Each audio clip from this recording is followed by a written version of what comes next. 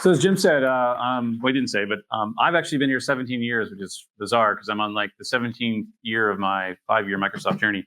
And been around for a long time. I started the company working on the ASP.NET team. We then had the opportunity to move with Scott Guthrie, who was the EVP of Cloud and AI at Microsoft, to Azure in 2011 to work on tooling to make sure that ASP.NET ran great in Azure. And that kind of led, if you've been following .NET for a while, that led to something that was called .NET Core was kind of started while we were over in Azure.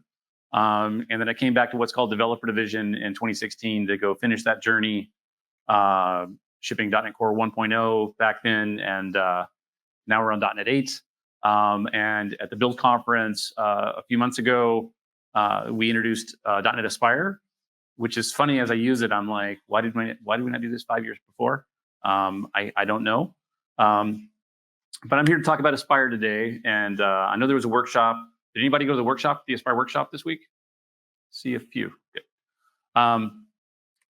So we'll use a bunch of words that I don't like to start off with. You know, what makes an app cloud native? If I go talk to my customers, they're all like, all my apps are cloud native. I just put it in the cloud. It's in the cloud. But if you look, the CNCF has a lot of words here. But there's a couple of these words that I do think are important to me, and I'm going to call them out. I think resilient is a word that's important to me. And .NET has some great resiliency features that I'll talk about in it. Resilient means that, you know, when you're running on an on-prem server, stuff just works most of the time. If you're in the cloud, the network might be slow for 30 seconds for whatever reason. We don't know why. And so that's one thing about it. Observable is something that we've failed all of you customers for a long time. Observable means you have a good way of getting diagnostics of how your app's actually running. ASP.NET Web Forms had almost very little of that at all. When we built .NET Core, we put it in from the beginnings, .NET Core 1.0 all the way to now. We put that stuff in, but it was not on by default, and it was not very easy to go, turn it on. And then, what other words do I like here? Microservice is a word I like here, and even manageable. And so let's drill this out. You're going to see the words I just talked about are kind of the ones we pop out here. That's our goals with Aspire, or to make the app observable. And I'll show a demo later. Observable does not mean just a web application. The telemetry we put into .NET works for WinForms, WPF, MAUI, works for all those apps. And so, in fact, the dashboard we're going to show you works for all those types of apps as well. Obviously, resiliency I talked about before. Scalability is something that's another component of this. Having apps that can scale. We're not all the way there with .NET 8. We have work to do in .NET 9 and probably not .NET 10 to get all the way there. A scalable app typically has messaging, and you're sending messages into a tier, and that tier can scale up and down to do all those messages. And there's manageability, which how do you manage the application? And you'll see me show you some of that in a second. I always laugh at this. This is the once again the CNCF cloud native chart. That looks complex to me. That's like Microsoft 20 years ago. We'd start out every talk off with a diagram like this and talk about how we're going to make it work. Our job is to make it not that complex. And so, I'm not going to talk too much about this. You're going to see a whole bunch of namespaces and stuff like that. I don't want you to worry about these things. But you can see there's a whole bunch of namespaces around testing, telemetry, resilience, probes, and stuff like that. And I'm going to talk a little bit about how the fact that we actually put a lot of these features in .NET Core 3. But this is feedback that we do get from real customers. Too many things to choose from. I'm not sure if I'm using the things in the right way. Now you got to be an expert in networking, containers, telemetry. That's too much stuff, and nothing works together by default. I'll be very honest with you. One of the fun things about Aspire is Aspire is actually what we call an opinionated framework, meaning that we actually give you some of our opinions. We were afraid to give you opinions for a long time, because what if our opinions were wrong? And I'll talk about how we addressed the opinions in Aspire. And if you don't like our opinions, you can change our opinions. And so you can kind of hear from this, really, I want to solve, I don't want it to be super complex. I want it to be easy to get started. I don't want to give you too many choices. And I want you to have a paved path, which kind of goes together. And so that's what .NET Aspire actually is. And I would also tell people in the room, don't freak out. Aspire, as you're going to see, I don't have to throw my old app away and make an Aspire app. You can add Aspire to any application that you have today. It does not require a full reboot of life. And so, yeah. This is, you can see I'm about done with my slides at this point. I will talk about this a little bit. One of the things that we had an opinion on about Aspire is, if I come to Azure, and by the way, Aspire does work with other clouds as well. We made it extensible so other clouds could target it. AWS does have support for it, but I'm going to care about Azure because I work in Azure. We have lots of ways of running your compute in Azure. You can run in a virtual machine. You can run in an app service. You can run in a container app. You can run in a container instance. You can run in an AKS. There's lots of options. I don't want you to have to worry about what's the right option for you. And so what we did is we defaulted Aspire applications to container apps. Container apps is a technology that actually runs on Kubernetes, but we manage the Kubernetes for you. So, and so for most people getting started, you just throw your containers to us, and you don't have to worry about scalability. We've got a feature called Kata, which is our scaler. It does that. It's got, we got called embedded app patterns. If you've ever heard of Dapper's built in. And so a lot of things are built in, and we call it more dev, less ops. You don't have to really manage the thing. But there are people that want to use Kubernetes. It's an industry standard. It runs on all the clouds. And it has lots of access policies, lots of customizations. If you're a huge company and you're trying to, I'll give you an example in Microsoft, M365 runs an AKS, and it does because we scale that thing up and down to support the hundreds of millions of users that hit it. And we can save millions of dollars per month by doing that. None of the apps I've ever written have that kind of scale. But we have these two choices, and by right now, Aspire primarily works in container apps. There's some open source packages that'll enable it to work in Kubernetes, and you'll see us make that a standard feature in the future as well. And then I'll throw in one more piece. My team built something. We did a fun thing a couple of years ago, about 2 years ago. I got a bunch of Python developers in a room, and I showed them an Azure sample and said, I want you to take this Azure sample and get it running in Azure. And 30 minutes later, not a single customer was able to get that application running in Azure. I would argue a .NET customer probably would have been luckier because we have so many great published features inside of Visual Studio. And so we built a tool that enables you to easily take applications and get them running in Azure. Because an app running in Azure might require a storage account. It might require a database. It might require an OpenAI instance. And this tool lets you define that in a folder, and it can create all those resources for you. And this is the tech that powers publishing a Aspire app to cloud. Okay. And so I was laughing as I got up here on the computer, and the first thing that happened, I saw this. Oh, should I take an update? Literally came up today. I am not going to take the update. That would be a bad idea. Okay, so I was going to start with a fun app that I said I wrote with my friend Glenn Condron in .NET years ago.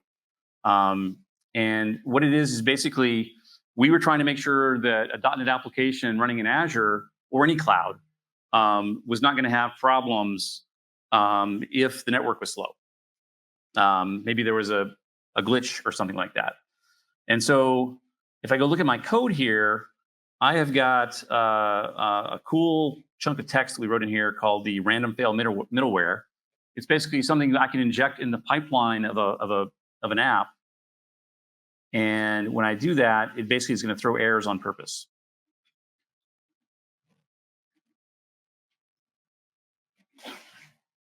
So, and what we do is we inject it in the application here. And so if I, let's see what mode we're in.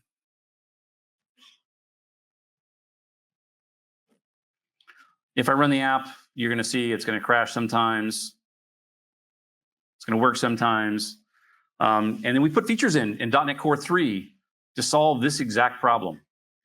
And so I want to show some other problems that we have with building microservice style apps in .NET today with our tools. Is I've got my back end, which you see right here. I've got my front end. To run these things together, I've got to do this configure startup project thing. And I can say I want to do multiples. This feature is not a great feature, by the way. I can say start without debugging, and do that. And now when I run it, it's going to run both the front end and the back end. But you might ask, how does this front end application, this web application, how does it get the port and the IP address of the app? And if I go look here, you're going to see that basically what I've done is I've got this nice hard-coded URL here, localhost 7138. And if you've been using .NET for a long time, you'll know you're going to find that somewhere in this launch settings file up here. I'm going to go find that port. Not exactly my favorite way. There's the 7138 right there. Hard-coded IP addresses, not good for your application. But I'm going to go and show that if let's start this app again.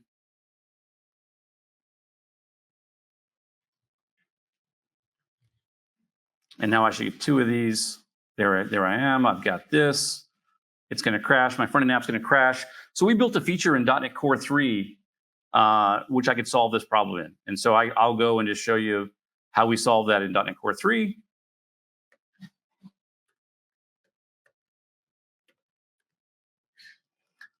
Very simple. All I've got to do is in my program.cs, for my API, I can just do this add transient HB error policy. But who in the room knew that feature existed? Zero, one hand. So hence the problem is we built all these great features and none of you knew they existed. And so if I run the app again, now the front end app is going to succeed, but there actually are errors happening. You just can't see them, but at least the app runs. And so that was the goal back then. So what would I do if I was going to do this with Aspire? So let's go make some Aspire changes here. And I think the most exciting thing to me about Aspire is I don't really have to change my app a whole bunch or at all. If I right click over here and I go to add, I can add Aspire orchestration support.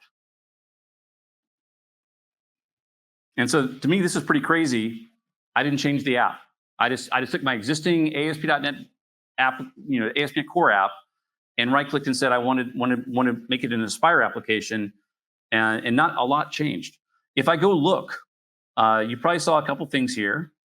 The things that changed is I got 2 new projects, and it bolded this app host project. So let's do some zoomification here.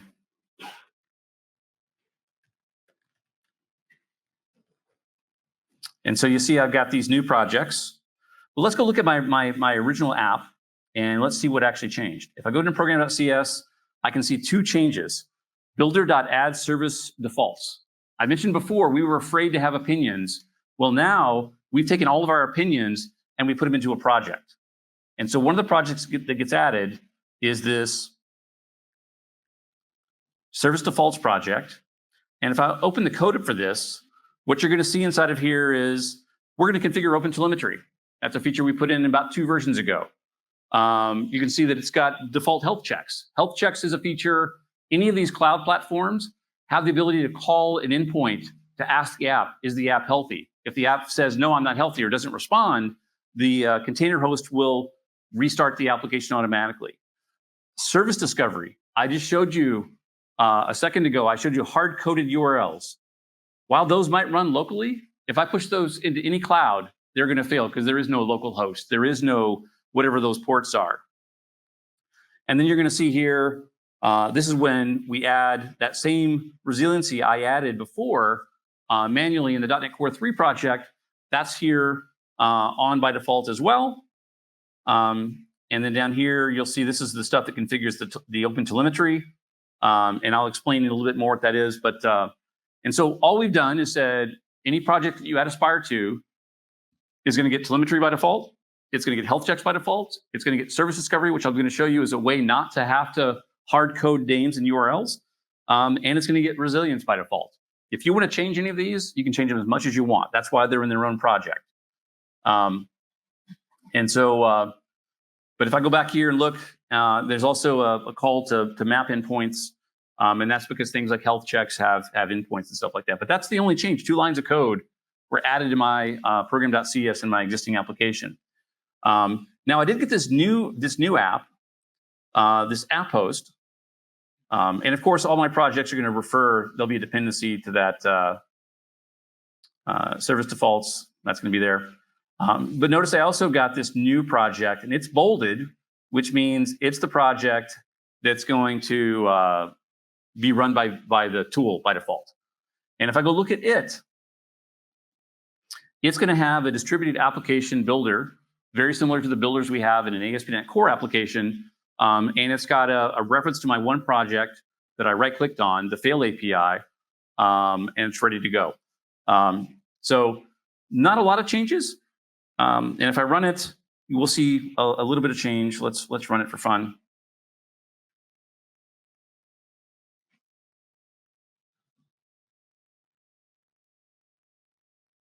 And so one of the big differences now is I have a dashboard that I did not have before. And so my dashboard's got my 2 endpoints inside of it. In my dashboard, I can go look at the logs for the application that's running. In my dashboard, I can go view all the environment for the app that's running. And I'll drill into this a little bit more in a little bit. I haven't run any code yet. I've not run anything at all, so you really can't see much here. But let's go over here to the endpoint. I'll open the endpoint up. And we'll run it a few times. Get a few results, get a bunch of errors. Good. Now what's really cool here, now I can go to my structured logs and notice I see all these errors. And so before, those errors were kind of transparent to my application. They're invisible. I had no access to them. The traces are even cooler. If I go look at the traces, because you'll see the call, it makes the call. You see that a few times it had to call the API 2 times to get a proper response back for this. So we give you a much better view in logs. And now if I go down to metrics,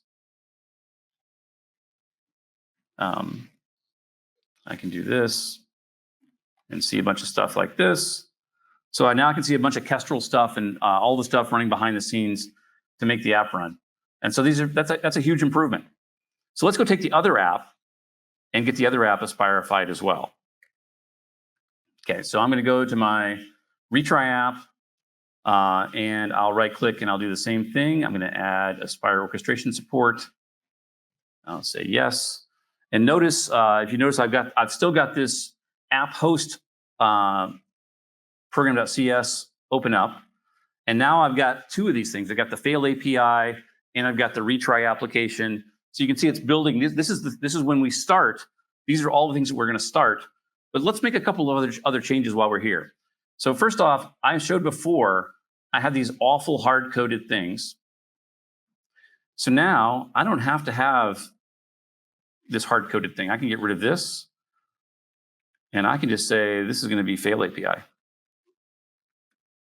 This is what service discovery does. And technically, because I'm going to run in the cloud, I don't even need that at all. So what happens now is any name I give something over in my app host, that flows through. This is service discovery. So I've got one API called Fail API. That name is magically converts to whatever IP address. I've got retry app. If I wanted to call from the API back to the front end app, it could do that as well. But I need to do a little bit more over here as well. So let's go and do one more thing. I kind of want to give things, dependencies. And so there's a whole bunch of cool things here. Let's go look at some of the stuff that we have here. So there's with reference. And so what I'm saying here is I want this not to have a slash. I want this to reference the API. That tells the system what order to run these apps in. It's going to start the API up first, then it's going to start the web front end up. And I might also, in the future, I might publish this to the internet. And so what I'm telling it now is I'm telling it, hey, I want my front end to reference the API, and I want my front end to actually have external access. When I publish this to a cloud, I don't want the API to be visible, but I want the front end to be visible. So I've given it these two things. So I've set all the dependencies up, and so we're good to go. And so now I can do, let's start the app up again. Oh, let's do one thing too. I can turn off this stuff.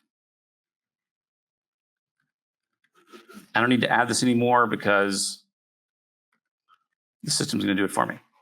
Okay.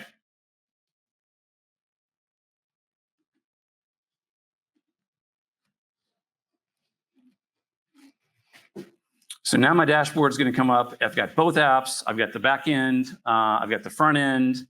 I can click the front end. It ran, good. Notice there was a pause there. I'm going to guess that maybe it had an error. So let's go look, because we now have these structured logs. You can see there was an error. And notice that I have here a resilience event occurred. So that resiliency is now on with those service defaults automatically. My entire app runs. It's crashing, but I can now see the crashes. So you might ask next, well, what if I want to put this on the internet? What would I have to go do in the cloud? What would I have to do? So let's go do that. So I could be the developer that I want to show you folks how this actually works. I could obviously go up here and I could right click and I can do a publish right from here. Well, actually, I shouldn't do that. I should actually click on the app host here. I can do a publish here. We're going to detect that this application is, nope. And notice it says, container for .NET Aspire. Notice I didn't have to do anything. That's built in. I want to show you how it actually works under the covers, though. So I'm not going to do that right now. So let's go to source, retry app.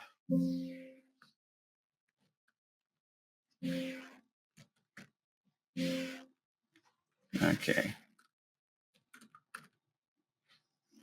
Random fail. So I want to show you how that right-click publish actually works under the covers, because I think it's interesting and it's very useful for folks. I'm going to run AZD init. AZD is the Azure Developer CLI. That's what it stands for, Azure Developer. I'm going to run AZD init. And technically, when you right-click publish inside of Visual Studio and Aspire application, it does this exact thing. I want to show you how it works, because one of our goals with Aspire was, what if I'm in VS Code? What if I'm using some other editor? You can use whatever. We don't care. All the tech runs from the command line. Notice that it says it found an Aspire application. And I'll say this is CSH random fail. I give it a name. And now it's gone and created all the magic for me to publish this to Azure. But maybe you want to see what it actually does. So I'm going to run another command, azd infrasenth. And so what happens is when you do an azd init, we actually do all the right stuff to go figure out how to publish your app for you. But maybe you're an IT person and you want to actually see what are the actual files, what bicep files. Bicep is the language of Azure. What bicep files are actually created here? Well, we have another command I can run, azd infrasenth. In that case, it's going to make those files available to me. So by default, you don't see the files. But in this particular case, notice I have this folder. I have a folder called infra. And inside of it, there's going to be the bicep files that actually are used to create all these resources. And so the idea here is if you're a dev/IT person, or you want to give your IT people the actual glue that's going to publish this thing to Azure, it's right here for you to play with. And then what I would do is I can come over here, close that down, and I can do an AZD up. And now it's going to go take a look at this application and do the right things to get it running in the cloud.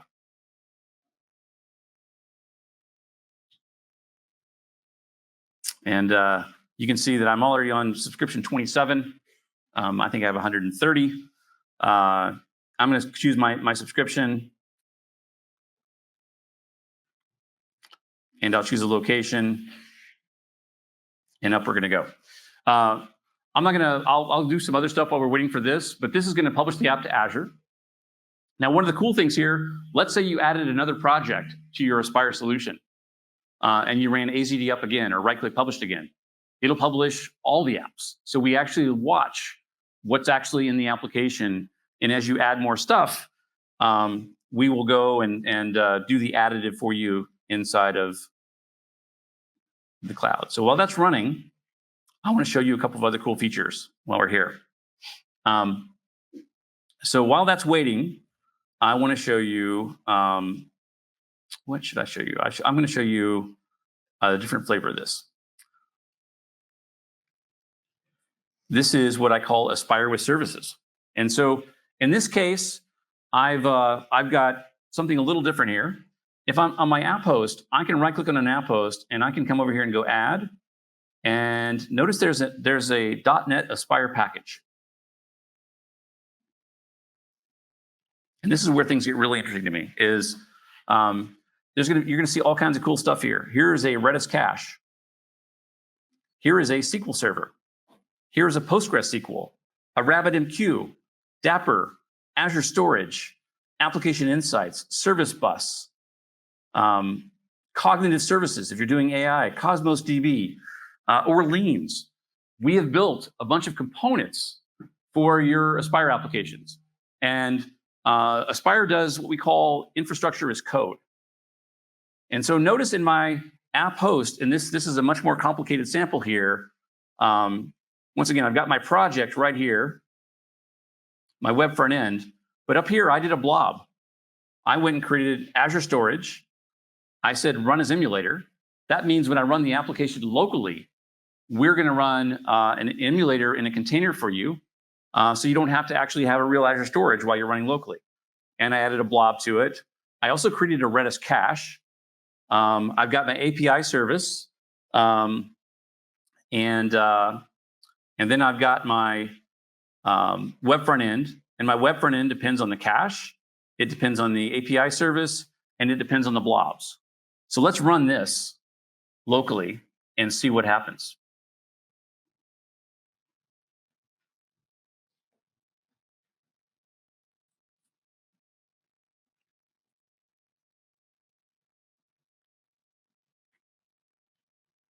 Give it a second, and we go boom. All right. So it's complaining that it doesn't find Docker. I don't know if Docker started earlier when I tried to start it. It is not running here. Let's rerun Docker.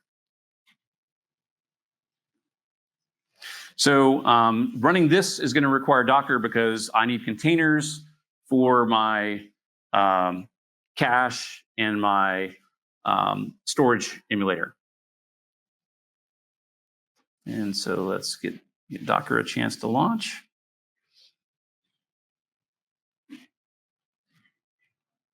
And for fun, for anybody that's out there, this is one of these fancy new machines.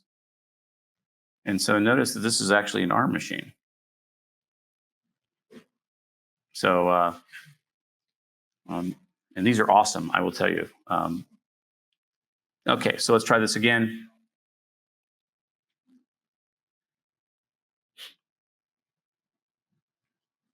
Going a little further now.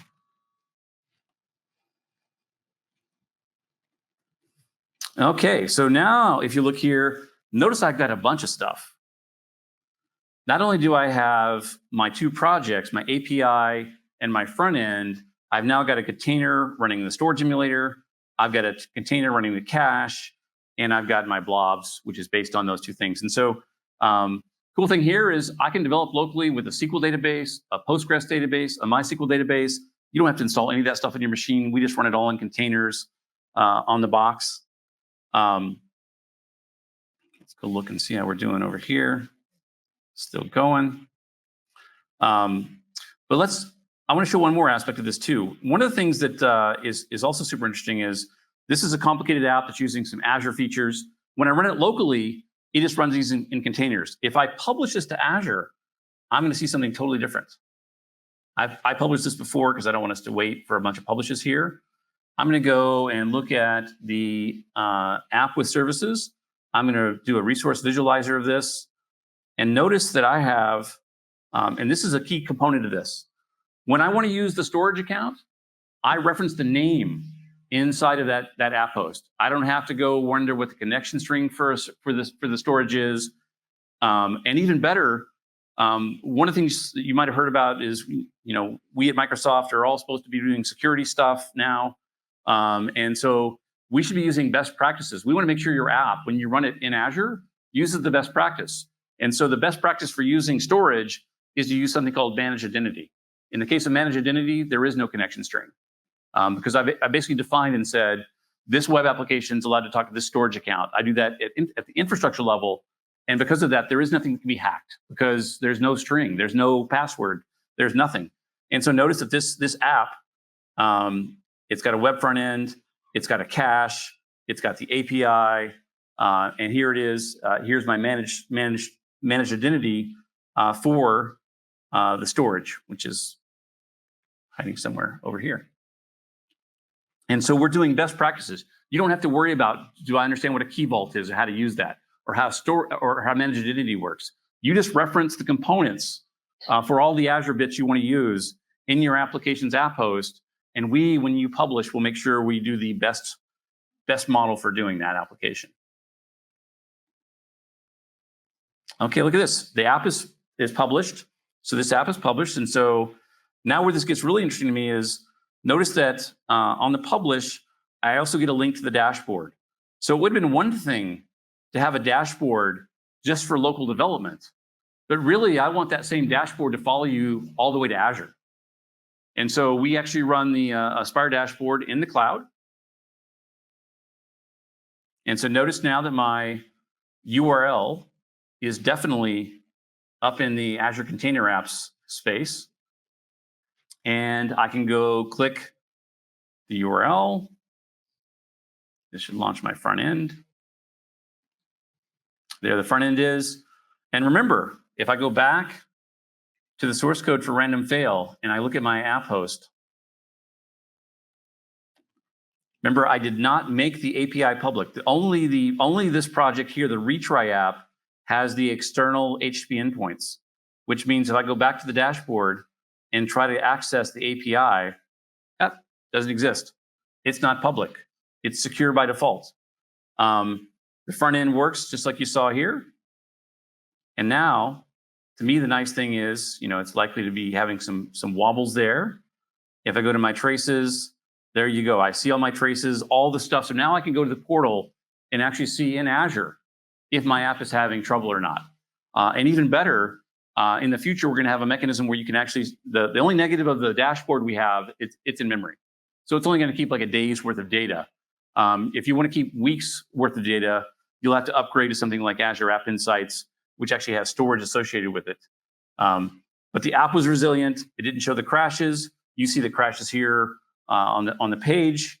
But at least I can come over here and diagnose what's going on with this thing. And so to me, it's super cool that you can actually get the dashboard not only locally, but in the cloud. But the dashboard's even better than that. Let's go move down to here. And what I'll do is I will switch us back to this one. And we'll go here. And I'm going to run standalone dashboard. And so in this case, this is a console application. But the console application, if I go look at the code for it, it's got a chunk of code, basically the same code that you saw in the service defaults for the web application. And my console application can use the dashboard the same way. And so what I can do here, I did have it running earlier, but the reboot probably wiped that out. I don't have any containers. So what I'm going to do here is I'm going to cheat a little bit. And I will go over here and I'm going to grab this. I will show you the post where we actually explain how this works. What I can do is I can go to a terminal, any terminal, and I can decide to start the dashboard on my computer. And so whether you're running a WinForm app, an ASP.NET app, whatever, I can basically start the dashboard. I just started it. If I go back into my Docker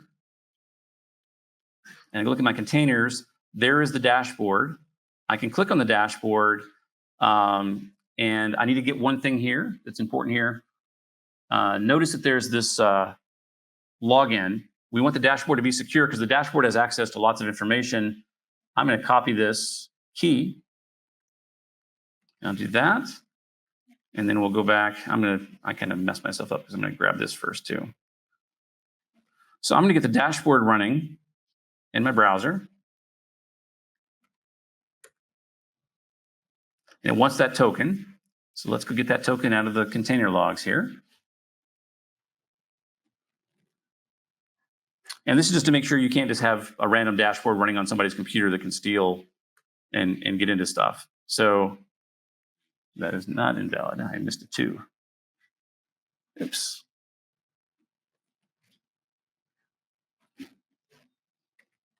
Okay.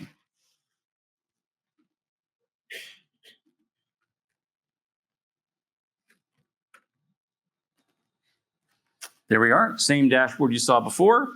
But now if I just go run my app over here, this is a console app that goes and does some NuGet processing. Bingo, right in my dashboard. There's people, there's blog posts out there of people that are actually just doing local ASP.NET development. They're not doing any Aspire at all. They turn this on and they run the dashboard on one monitor and they run their ASP.NET application and VS on the other monitor, and they just have the dashboard running all the time, side by side. And so we developed the dashboard to be run standalone, just like I showed you. It can run in any app, WinForm, WPF, all the apps. Something else that's interesting as we play with this tech is let's go look at something else is not only can we run containers and projects, we can also run executables. And this is super important because one of the other goals we had is some of the most popular templates we've had in ASP.NET over the years have been our templates for doing React, Angular, and Vue. And we want to make sure that with Aspire, you have access to that stuff too. So I can come over here and I'm going to jump down to Aspire JavaScript. And if I go look at my app host, this app host, notice it's going to add what we call an NPM app. So there's an Angular app, there is a Vue app, and there's a React app here. I will tell you right now that only 2 of these will actually run on my computer. The Angular app depends on binaries, and there is no ARM64 version of those binaries, and so that's not going to work. But in this case, I'm doing the same thing. Yeah, I was going to say, yeah, there we go. Expecting that red icon on the Angular app because it should die. But this is basically just a React app wired to the same ASP.NET Core Web API, and or I can do the view weather as well. And so just trying to show you that This technology is not limited just to .NET. We can run any container with any technology in it, Postgres, MySQL, whatever. We can run executables. In this case, we're going out and running Node.js-based applications.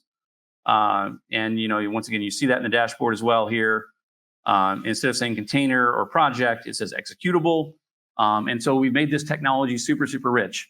Where I like to always end these things on is the ultimate crazy application. How far can we go with this stuff? And I'm going to go launch this app. And this is eShop. The eShop was a template we built years and years ago for showing that you could build microservice-based applications in .NET. I want to show you how complex of an application you can actually run here. So this is an application with a whole pile of microservices. I can once again drill down into my app host. And you're going to see I've got a Redis, I've got a RabbitMQ, I've got a Postgres, I've got a bunch of services, an identity API, a basket API, catalog API, projects for web and all kinds of stuff. This is a complicated application. Here's the web app. It depends on the basket, the catalog, the ordering, the RabbitMQ. Now what's cool is, once again, this might fail the first time. I had the machine warmed up before. We'll see if it comes up the first time or not. It's got to start a lot of containers. We might get lucky. And so now you're looking at a very complex Aspire application right here with lots of services running. And I can click on the link to this. There's my home page. All the stuff works. That's a pretty fast Control 5 experience for a 15 or 16 microservice application, running some databases, and all that kind of stuff. And once again, I still have access to all of this information from the dashboard. And so this was us trying to make sure this thing scaled to handle these big applications. And for fun, I have this same application. Yeah, I know you're gone. If I go to,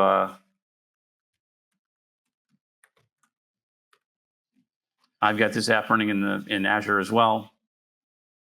That same publish, right-click publish, it'll publish that entire complex application. I don't have to publish 15 times. I publish once, I get the entire application.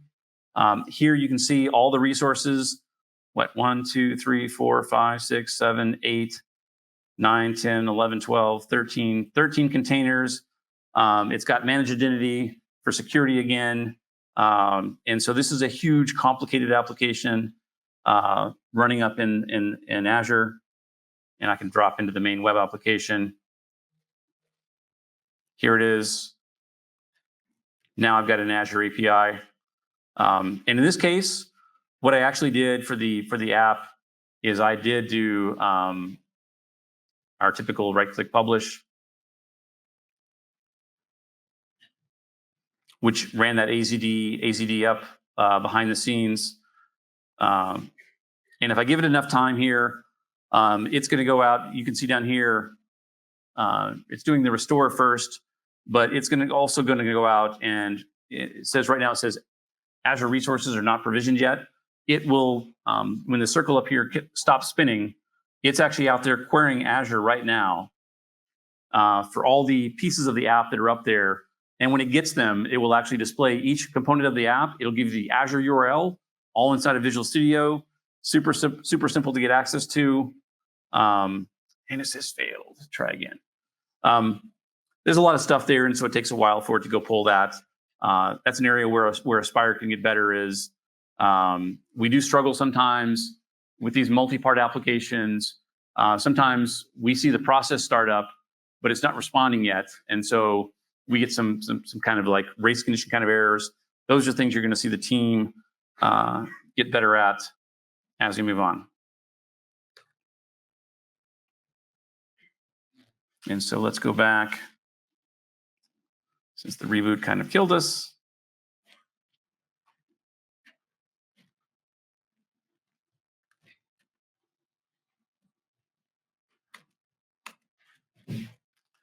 So what I tell people is, grab the latest Visual Studio, updated today, install .NET 8 and Aspire, go build some microservices and get them up in container apps in minutes. Show your boss and get showered in awe and amazement, because I do think it's amazing that nowhere before in .NET could I go build a multi-part application and in a single gesture publish it to Azure. Nowhere before could I actually take that same application and go get the bicep or ARM files that are used to deploy it to Azure. Nowhere before could I get a great dashboard that shows me if the app is running locally, both locally and in the cloud. Nowhere before did I have the ability to do all that service discovery where I don't have to use hard-coded IP addresses and ports. I can really quickly, just before we go, I can show you how that actually worked. I never showed how that worked. Let's go back to the retry app. I'll run it locally, and I'll show you. You might ask, how do we convert failed API to an IP address?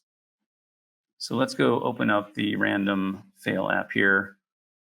I will run it and show you the dashboard, because this is all sitting in the dashboard. If I go look at this app, and before, remember I changed those URLs from being hard-coded, these other things. If I go look at the front-end application and I scroll through here, notice that I'm going to have an environment variable in a second here. Services fail API. And if I click to show these, there you go. So what we do is we inject environment variables into the applications with the actual real ports and addresses they're running on, and we use code to convert those back and forth. But with that, I will go back to the slide and show the final slide, which is I'm supposed to show these QR codes. Please go and scan the code and give feedback. I'm going to be around for the next 30 or 40 minutes. If you have any questions about ASP.NET, .NET, Aspire, how we got where we are today, please come by and talk to me. I would love to chat with you. Thank you, folks.